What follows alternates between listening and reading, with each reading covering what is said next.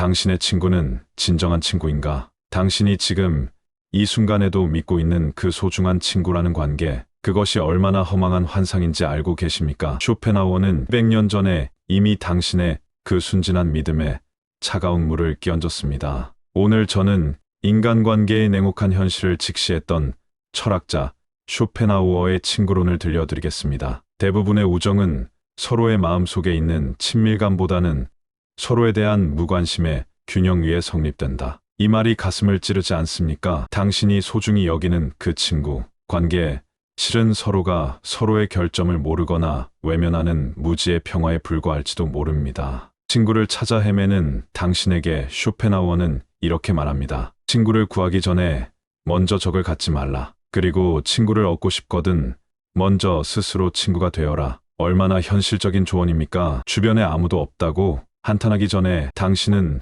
누군가의 친구가 되기 위해 얼마나 노력했습니까? 하지만 동시에 그는 경고합니다. 진정한 우정은 까마귀만큼이나 희귀하며 거짓 우정은 비둘기만큼이나 흔하다. 당신이 맺고 있는 대부분의 관계가 어떤 부류인지 스스로에게 솔직히 물어보십시오. 쇼펜하우어는 또한 우리에게 충격적인 진실을 직면하게 합니다. 대부분의 사람들은 너무 어리석어서 진정한 우정의 가치를 알아보지 못한다. 당신은 어떻습니까? 진정한 친구를 알아볼 수 있는 지혜가 있습니까? 아니면 그저 외로움을 달래기 위해 누구든 붙잡고 있는 것은 아닙니까? 행복한 시간에 친구를 만들면 불행한 시간에 그들을 시험할 수 있다. 얼마나 날카로운 통찰입니까? 당신의 성공과 풍요로움이 끌어들인 친구들은 당신의 실패와 몰락의 순간에도 함께할까요? 아마도 당신은 이미 그 답을 알고 있을 것입니다. 그들 대부분은 흔적도 없이 사라질 것입니다. 쇼펜하우어는 이렇게 경고합니다. 친구가 너의 결점을 지적하면 그는 진정한 친구다. 적은 너의 실수를 공격하고 친구는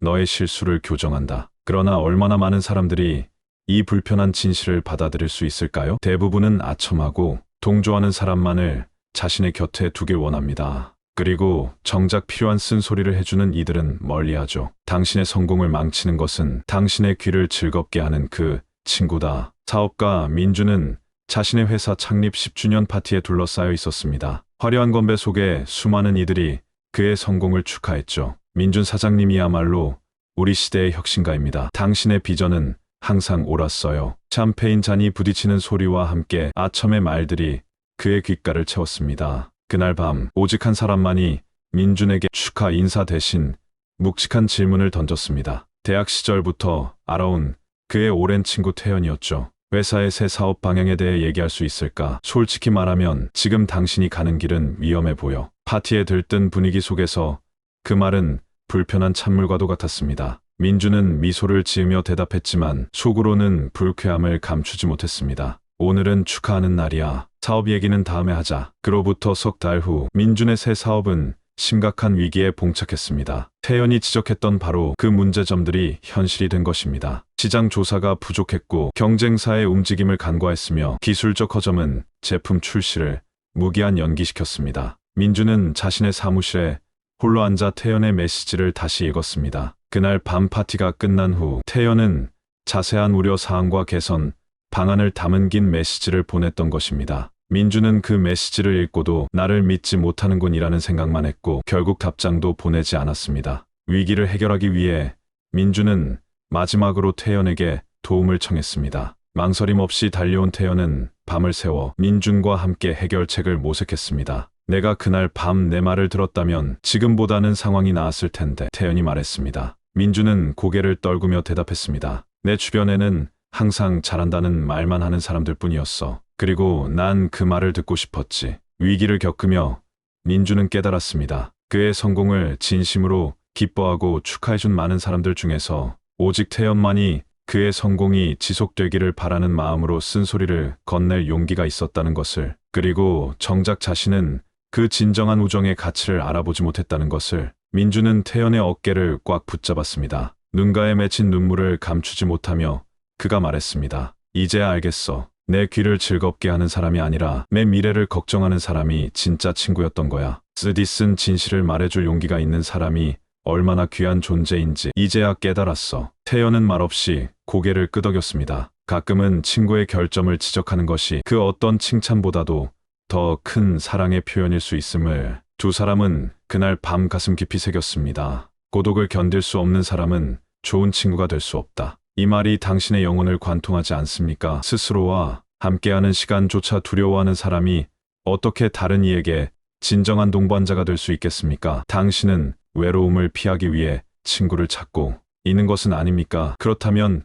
그것은 이미 진정한 우정이 아닙니다. 쇼펜하워는 또한 이렇게 말합니다. 진실된 우정은 극히 드물고 특히 그것이 가장 필요한 역경 속에서는 더욱 그러하다. 하지만 역설적이게도 바로 그 역경의 시간이 당신의 주변에 누가 진짜 친구인지를 가장 정확히 보여줄 것입니다. 사람들은 인생의 절반을 친구를 만들기 위해 보내고 나머지 절반을 그들로부터 벗어나기 위해 보낸다. 쇼펜하우어의 이 냉소적인 관찰이 얼마나 많은 사람들의 삶을 정확히 묘사하고 있는지요. 당신도 한때 소중히 여겼던 관계들이 시간이 지나며 부담으로 변해가는 것을 경험하지 않았습니까? 그는 경고합니다. 친구를 원한다면 그들의 결점을 용서하라. 하지만 동시에 현실적인 조언도 잊지 않습니다. 가장 위험한 적은 가장 친한 친구였던 사람이다. 왜냐하면 그들은 당신의 모든 약점과 비밀을 알고 있기 때문입니다. 당신은 과연 누구에게 그런 힘을 주고 있습니까? 많은 사람들은 친구를 사귀기보다는 적을 만드는데 더 재능이 있다. 이 말이 당신에게 해당되지 않는다고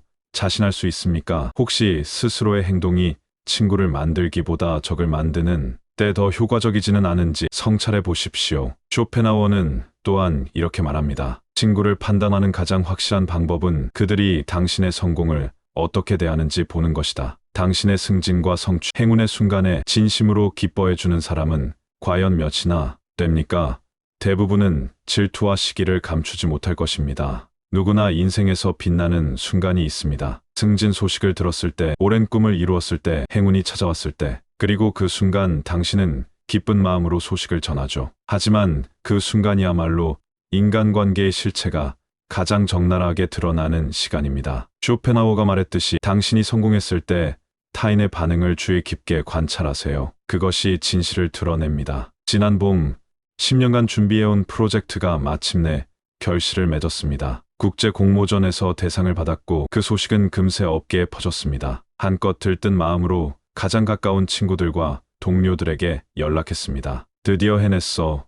라는 메시지와 함께 기쁜 소식을 전했죠. 그리고 돌아온 반응들은 마치 인간관계의 해부도와도 같았습니다. 오랜 친구 중 몇몇은 진심 어린 축하와 함께 눈물을 흘리며 기뻐했습니다. 내가 얼마나 이 순간을 위해 노력했는지 알아. 정말 자랑스러워. 그들의 목소리에는 거짓이 없었고 눈빛에는 진정한 기쁨이 담겨 있었습니다. 하지만 더 많은 이들의 반응은 달랐습니다. 와, 대단하네. 운이 좋았구나. 라는 말 속에 숨겨진 운이라는 단어의 의미. 축하해. 역시 너는 인맥이 좋아서. 라는 말 속에 담긴 당신의 노력을 평가절하하는 뉘앙스. 나도 시간만 있었으면 할 수 있었을 텐데. 라는 말 속에 드러나는 질투심. 특히 가장 충격적이었던 것은 평소 가장 친하다고 생각했던 한 친구의 반응이었습니다. 그는 축하한다는 메시지를 보냈지만 며칠 뒤 술자리에서 다른 이들에게 사실 그 프로젝트에 내 아이디어가 많이 들어갔어. 라고 말하는 것을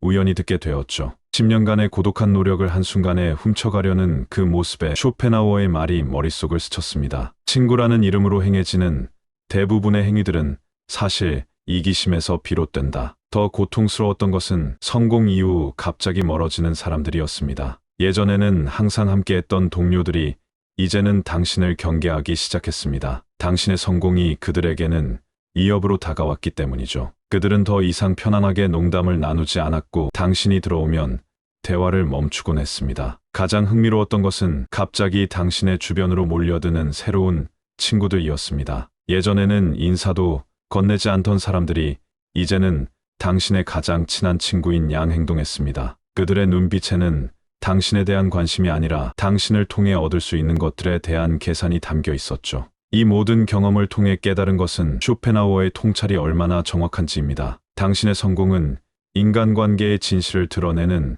리트머스 시험지와 같습니다. 질투와 시기, 계산과 이용, 그리고 드물지만 진정한 기쁨과 응원까지 모든 것이 그 순간 명확히 드러납니다. 하지만 이런 냉혹한 현실 앞에서도 우리는 희망을 버릴 수 없습니다. 오히려 이 깨달음이 우리에게 주는 선물은 진정한 친구의 가치를 알게 된다는 점입니다. 당신이 빛날 때 함께 빛나며 기뻐해주는 그 몇 안 되는 사람들, 그들이야말로 평생을 함께할 진정한 동반자들입니다. 당신의 성공이 드러낸 가장 값진 선물은 어쩌면 그 소수의 진정한 친구를 발견하게 해준 것인지도 모릅니다. 그들을 소중히 여기세요. 그들은 쇼펜하우어가 말한 까마귀처럼 희귀한 진정한 우정의 주인공들입니다. 그는 또 날카롭게 지적합니다. 친구라는 이름으로 행해지는 대부분의 행위들은 사실 이기심에서 비롯된다. 당신의 친구들은 정말 당신 자체를 위해 당신과 관계를 맺고 있습니까? 아니면 그들이 당신에게서 얻을 수 있는 것 때문에 그러합니까? 진정한 친구는 당신의 성공을 시기하지 않고 당신의 행복을 자신의 것처럼 기뻐한다. 이 기준에 부합하는 친구가 당신 주변에 과연 몇이나 있는지 스스로에게 정직하게 물어보세요.